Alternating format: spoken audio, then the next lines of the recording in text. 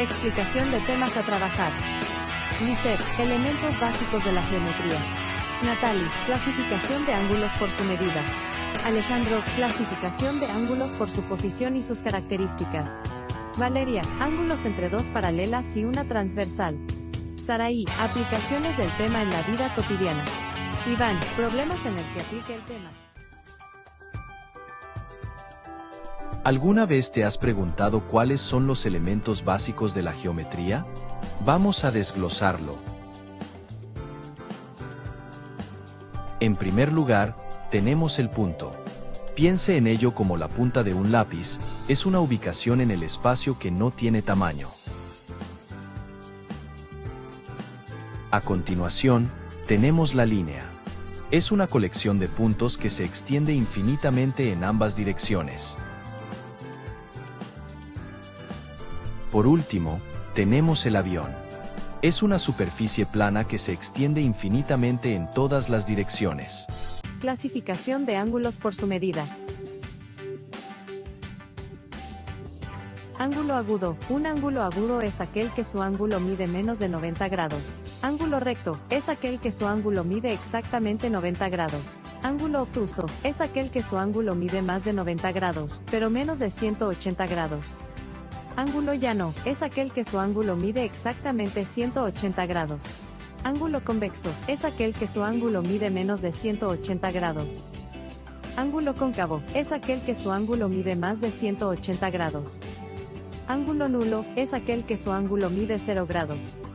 Ángulo completo es aquel ángulo que mide 360 grados.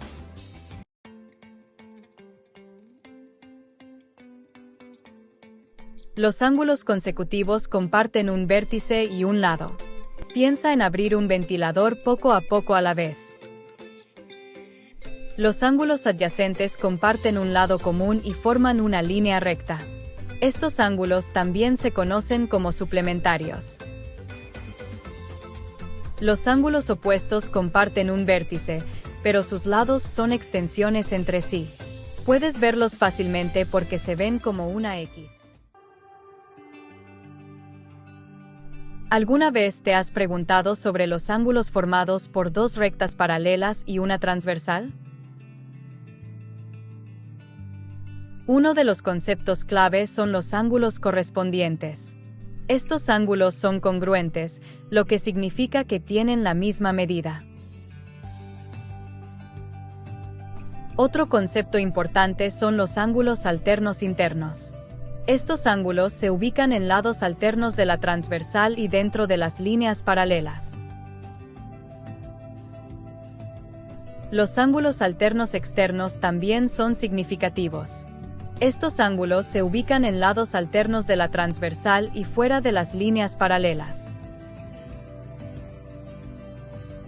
Por último, tenemos ángulos adyacentes. Estos ángulos comparten un lado común y un vértice común, pero no se superponen.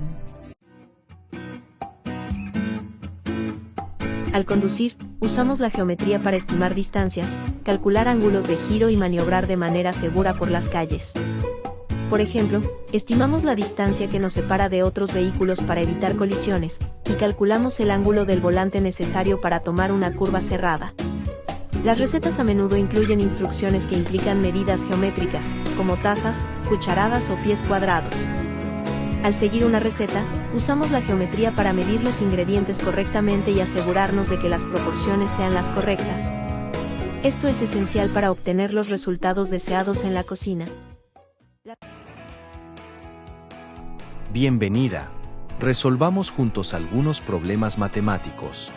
Primero, encontremos el área de un triángulo equilátero con un perímetro de 24 centímetros.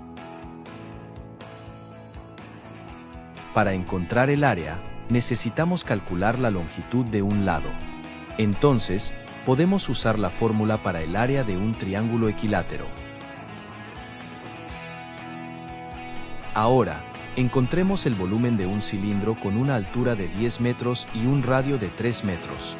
Usaremos la fórmula para el volumen de un cilindro. Por último, determinemos la longitud de la hipotenusa en un triángulo rectángulo con patas de 5 centímetros y 12 centímetros. Usaremos el teorema de Pitágoras para resolver este problema. Y ahí lo tienes. 3 problemas matemáticos resueltos.